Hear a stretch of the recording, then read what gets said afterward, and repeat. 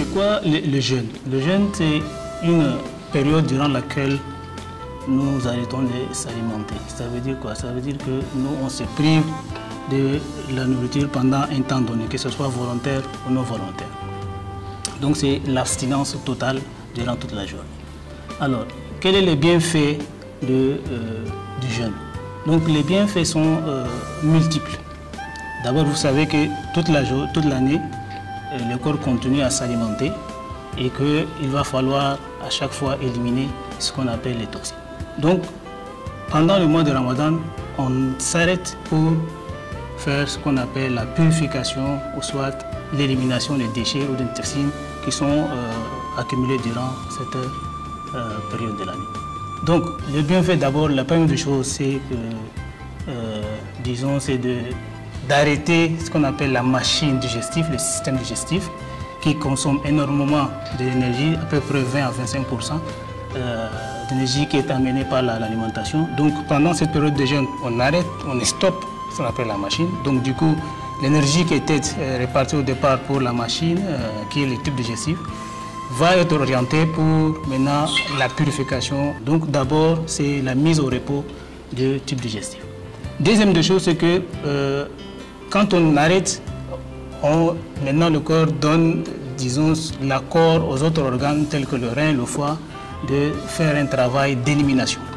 Donc c'est aussi un bienfait, c'est l'élimination des déchets et autres. Donc l'autre bienfait aussi, c'est que pendant le mois de Ramadan, c'est que il y a aussi ce qu'on appelle des cellules, la régénérescence des cellules immunitaires. Donc pendant ce temps, on va booster ce qu'on appelle les cellules. Donc les cellules, vous savez qu'elles meurent, elles se régénèrent, et ainsi de suite. Donc pendant cette période, elles se régénèrent. Donc c'est aussi un bienfait pour la préparation.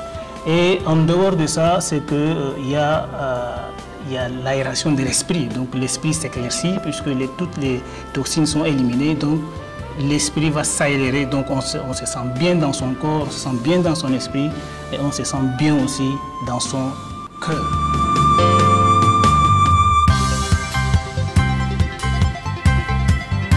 Effectivement, il y a des règles à respecter durant cette période. Parce que d'abord, nous constatons, vous aussi, comme moi, vous constatez qu'actuellement, les repas qu'on est en train de consommer sont des repas copieux, sont des repas qui ressemblent plus aux repas de fête que des repas qui sont conformes ou qui sont adaptés à la situation, au contexte actuel. Donc, pour respecter cela, il va falloir éviter deux pièges. Le premier piège, c'est quoi? C'est de manger trop gras et trop sucré. Donc, le premier, c'est trop gras. Comment ça se passe? Alors, vous savez que quand on arrive à la rupture de jeûne, vous regardez qu'il y a trop de gras dans le repas. On mange la viande trop grasse, on mange aussi la soupe qui est trop aussi grasse. Et du coup, au lieu d'éliminer les toxines ou bien les déchets qu'on avait dit tout à l'heure, on continue à en rajouter au corps. Donc, qu'est-ce qui va se passer le lendemain? Au lieu que le corps travaille sur l'élimination, il va continuer à éliminer ce qu'on lui a donné le soir du repas.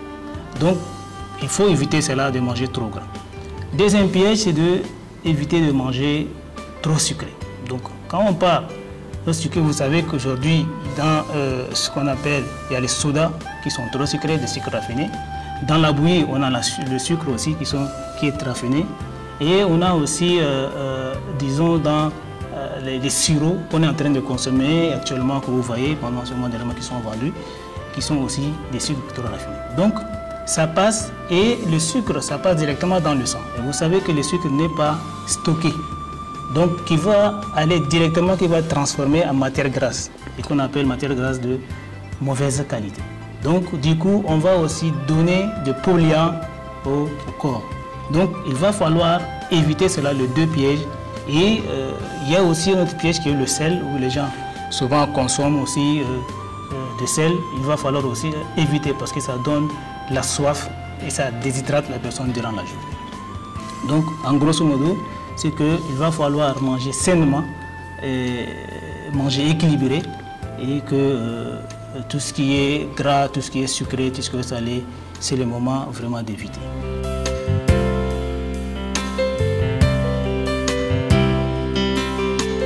Quel comportement alimentaire adopter durant cette période de jeûne? Alors, comme je viens de dire tout à l'heure, il va falloir qu'on mange diversifié. C'est quoi diversifié? C'est que Premièrement, quand on arrive à la rupture de jeûne, le corps a besoin, comme toute la journée, il n'a pas mangé, il n'a pas consommé, il a besoin des sucres qui vont aller directement dans le sang. Donc on a besoin des dates, 1 ou 2 dates maximum pour donner les sucres rapides au sang. Après cela, il va falloir aussi manger ce qu'on appelle les fruits et légumes. C'est là où on parle de la diversification alimentaire. Les fruits et légumes, non seulement ils apportent des sels minéraux et des vitamines, mais ils apportent aussi de l'eau qui va hydrater le corps. C'est-à-dire, par exemple, les fruits de saison actuellement où on a la pastèque, on a aussi le melon, on a aussi la courgette. Donc il va falloir les tomates aussi, il va falloir les consommer en cette période pour réhydrater le corps. Ensuite, donc, il va falloir aussi, après la rupture, il va falloir aussi faire un plat qui contient aussi des céréales et les céréales qui contiennent aussi des sucres lents. C'est-à-dire que le sucre lent qui va être dégradé lentement et au fur et à mesure, le corps reçoit ce qu'on appelle le sucre pendant un temps. Donc, il va falloir diversifier, manger un peu de tout, mais ce n'est pas n'importe quoi.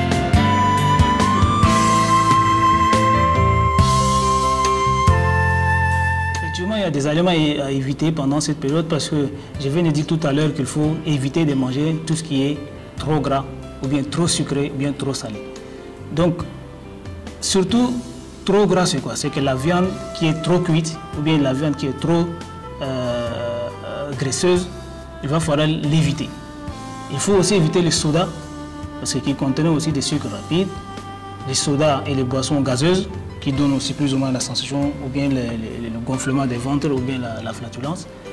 Il faut aussi éviter les produits caféinés, c'est-à-dire le café, tout ce qui est Coca-Cola, parce que c'est des caféines qui peuvent entraîner ce qu'on appelle la déshydratation, parce que c'est des produits qui, plus ou moins, c'est-à-dire la personne va plus ou moins aller uriner, puisque c'est des produits caféinés. Et quand on urine, à un moment donné, on a ce qu'on appelle la déshydratation. Donc, le corps va se déshydrater. Donc, on évite aussi ces produits.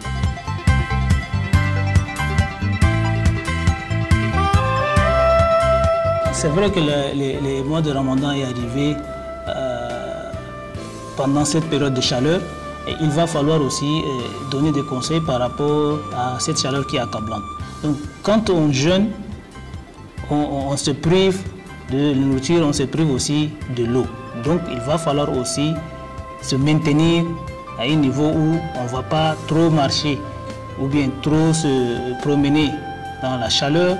Il faut aussi garder ou bien rester dans un endroit frais et éviter aussi de trop marcher parce que plus on mange, plus on dépense de l'énergie et à un moment donné, on aura ce qu'on appelle le coup de pompe. Donc, pour conseil, il va falloir aussi ne pas trop se promener et ne pas aussi très s'exposer au soleil. Donc, il va falloir garder ou bien se garder dans un endroit aussi frais.